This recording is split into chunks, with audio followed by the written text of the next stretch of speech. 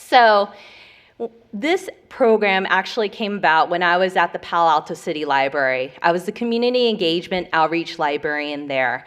And it's always been my dream since I was in library school to be an outreach librarian. So I've been a librarian for 8.5 years.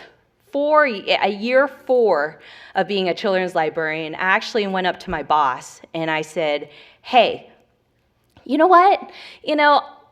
This children's librarian thing, it's cool and everything, but I kind of want to be an outreach librarian. She said, yeah, Cheryl, well, we need you at the branch. We need you to do story times. We need you to do this and that. So I said, okay. But 2 years later, I got my dream job. I was able to become an outreach librarian. She gave me 1 year. The director and my boss gave me 1 year to prove myself. She said, you know what? I'm going to give you 1 year.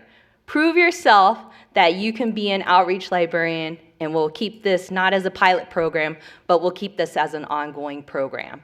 And so, fortunately enough, I crossed my fingers. I did a lot of work in the community, and I was able to accomplish that before I went to the Santa Clara City Library. Many of you guys recognize this picture, right? Right? You guys do this probably every single day, probably multiple times a day. What is this? Duh, right? It's one of your most popular programs in the library. So I had this kind of crazy idea. Musical artists, when they're really popular, they go on tour, right? Right? So we're taking one of our most popular programs in the library, and we're taking it on tour. It's going to different venues within the city, doing the same story time, the same thing you love in the library. We're just changing the venue a little bit. Here was the inspiration. I was actually in a hotel room, and I was watching this lady. And who is this lady? This is Beyonce, right? And she was doing the I Am Sasha Fierce tour, right? And she was dancing, she was singing, she was snapping her fingers, she was getting the audience involved. And I said, you know what? That's what I do every day. I do that as story time for like hundreds of people every day, 160 people every day. So why can't I do this in my own city at the library? Outside the library, that is. So here was the first thought. You got to find the perfect location. Let me tell you, you guys can replicate this program. This is a very, very simple program, right? Just make sure to find the right location. Make sure you have a proper space for story time. Make sure it's kid-friendly, noise-friendly. Parking accessibility is really important. For example, I was doing this program at an animal shelter. I forgot that they only had 10 parking spaces in their parking lot. Bad idea if you're doing a story time, right? So it looked like a valet parking lot. People were parking like crazy, and unfortunately, we had a parking mess. And also, this program, simple as it is, it brings up a lot of opportunities for you and the library. Why? The reason why is this program, you're basically not only doing it for the audience, but you're also doing it for the businesses, corporations, and nonprofits that you're actually having it at that venue. They're also watching your program. If you bring in more people into their business, they're gonna want you back again and again and again. They're gonna wanna work with you. And I'll give you some examples of that. So here's the hard part, right? You have this list of possible venues within your city, but how do you approach them? Now, I have to tell you, my background is in marketing and sales. So cold calling is not a foreign phenomenon to me. So just make sure to research location, but write a script. But I don't want you to write it fully verbatim, as most of you do.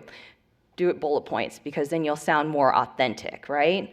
I always prefer to call. Now, cold calling is not my favorite thing to do, but I'm gonna tell you, I can make 10 phone calls in 10 minutes very easily. If I were to go to each venue, 10 venues, that would take me 2 days to get to every single place and talk to every single person. I love calling. Email is okay too, but I think it's a very, very passive way to get results. I'm very instantaneous. I like results very quickly. It's either a yes or a no. And I can tell you pretty much Everybody that I talked to, I hadn't gotten one no in the time that I did this. Now, when you do call or when you are in person, always get to the general manager. Do not go to the people at the desk. No. Go right to the top. They're the ones that are going to be making the decisions for that, whether you can do it or not. And then make sure to tell them what's in it for them. Make sure that's in there. I'm going to go over that a little bit, and always ask for their contact information. Can't tell you how many times. Very simple. Make sure to ask for first and last name, phone number, and email. There's so many Johns, so many Marys, so many Michaels. Make sure to get the right information, because I remember restaurants, they turn over general managers like nothing. It's like this for them. So make sure to always get their contact information. So just a simple one. One of the pop-up story times I did was at Pottery Barn. So diving into what's in it for them. It actually was their sale and clearance season, so they wanted to get rid of all their stuff. Also, make sure to tell them they can get a captive audience of parents and kids for 30 minutes in their store. Let me tell you, getting people in your store for 30 minutes, even in the library, is a huge accomplishment, right? So make sure to tout that, and also make sure to tell them the average number of people that will be in the audience. But make sure to underpromise and overdeliver. If you think you're going to get 50 people, do not tell them you're going to get 50 people. No. Tell them you're going to get 25.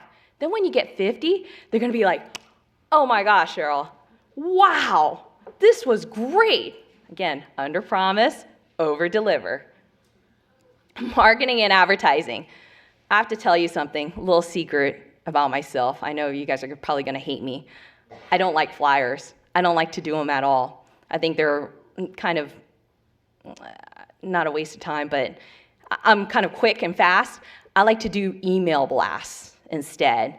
I can get to probably 3,000 people in an email in a matter of seconds. Plus, they get it on their smartphone, mobile device. They have it with them. They can forward it to their friends. They can email it, put it on social media. It's great. So my preference, no flyers. But again, it's up to you. Plus word of mouth advertising. So with this program, I did no flyers. No flyers in the library, nothing. All word of mouth, all email blasts. Also, if you're thinking about doing pop-up story time, make sure to have a fixed date and time. We did it once a month. Make sure to try to, I know this is really hard for some of you guys in these big system libraries, make sure to try to avoid conflicting program times and dates. You don't want to do the same program conflicting with something in the library. That's just a given. Also, try to figure out a time that's really slow for businesses and nonprofits. You want to choose, I chose a Thursday at 11 o'clock. Any restaurant is dead at that time. Usually the lunch hour is when they pick up. Also, locations would vary. We would never repeat locations, even though a lot of them wanted us to repeat it over and over again. And the venues were only within city limits. And so, do me a favor. If you're going to do this, pick your best story time person. I don't want you to pick your rookie story time person, because this person needs to convince, persuade, and grab the audience immediately. Because remember, your audience is not only the people in the audience, the parents and the kids, but it's also the business that you want to impress as well. Because again, you want to work with them again and again and again. So these are just a few venues that I had. We did one at California Pizza Kitchen. This was my first one. I couldn't believe it. We had around 42 kids and parents. It was crazy, and it was really great, and they got pizza coupons afterwards, so it actually was advantageous for the business. And in fact, after this program, they gave us summer reading coupons like nobody's business. They wanted to work with us again and again. Again, as I mentioned, Pottery Barn for kids, perfect venue. Why? They have the perfect furniture for kids, right? I mean, perfect for story time. The other one, this is kind of obscure. A dentist's office. You wouldn't really think about doing story time at a dentist's office. It's not the most pleasurable place to be, right? Well, but this dentist actually was pretty cool. They actually had murals of airplanes in their dentist's office. And if you know kids, I know they love aviation and airplanes. So it was a great photo op for them to be able to take pictures with the planes. Also, this one's a no-brainer. This one is C is for Craft. It's a craft store. Obviously, we did the story time, and then afterwards, C is for Craft actually did the crafts. So it was advantageous not only for us, but for them as well. We had around, I think, 40 or 50 in there. Also, Plan Toys is a no-brainer as well. Toy stores always, always, always get kids in the building. So this one, we had around 60. And if you guys know what Plan Toys is, it's the toy trains. They do the, for toddlers and preschoolers. And then this is a kind of an unusual venue, but I'm sure you guys have one too. A garden, right? A community garden. So this is Gamble Gardens, and this was actually done in May. And I scratched my head. I'm going, how am I going to convince people to come to a garden? You know, it's not really it doesn't have anything, you know, real bells and whistles that happen there. But I was able to promote it in May, right? That's when all the flowers are in bloom. And plus, parents always love to take pictures of their kids, right? And what a perfect picture opportunity, but in the garden, right? And so it was just a perfect opportunity. There was around, I think, 87 people in this one. And then, of course, my favorite. I had this dream, okay? So I was driving home on El Camino Real every day, going home, and I'd see this Tesla showroom. And it was empty. There would only be like a couple people in suits, like walking around next to the cars. And I thought, God, that showroom has a beautiful tile space for story time. Plus, kids love cars, and I love Tesla. So why not do story time there? And so actually, some of the kids were in the car watching story time. And I want to tell you the marketing piece to this one. So after we did the story time, you know, of course, parents took photos of their kids in the cars. They posted on Facebook. They tagged us. It was great. So when I said, hey, thank you to the general manager, I sent them the link of our photos from the story time. I can't tell you. She's asked me. She said, hey, Cheryl, do you mind if I post this on our Tesla, Facebook and Twitter? Okay. Go ahead. You will not believe the amount of people that actually saw this and liked the photos. Our analytics for our social media went up 9,000%. Ridiculous. In fact, we had like 300 likes on one photo, and the CEO of Tesla actually liked our photo and shared it with everybody. That was cool.